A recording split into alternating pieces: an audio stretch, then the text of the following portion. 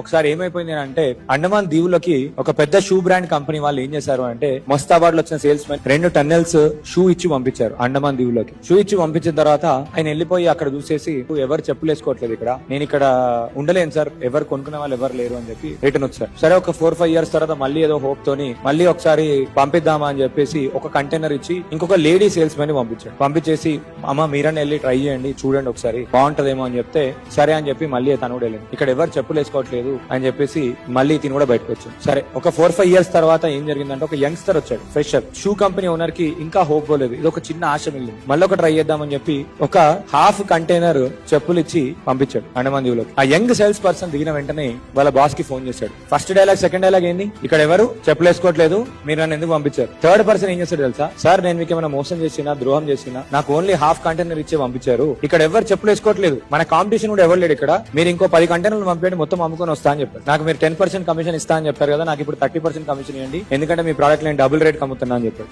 Demand చేసి మరి తీసుకున్నాడు. ఇది నిజంగా జరిగిన story. First person second person problem చూస్తే థర్డ్ పర్సన్ ఆపర్చునిటీ చూసారు. Got my point. ఎప్పుడైతే మన మైండ్ సెట్ ని మార్చుకొని, ఎప్పుడైతే మనం ప్రాబ్లం గురించి గానీ సొల్యూషన్ గురించి గానీ what is the difference that you're making గానీ ప్రతి ఒక్కరి దాంట్లో వేరే దృష్టికోణంతో గనక చూసినట్టయితే నిజంగా మన లైఫ్ మారిపోతుంది.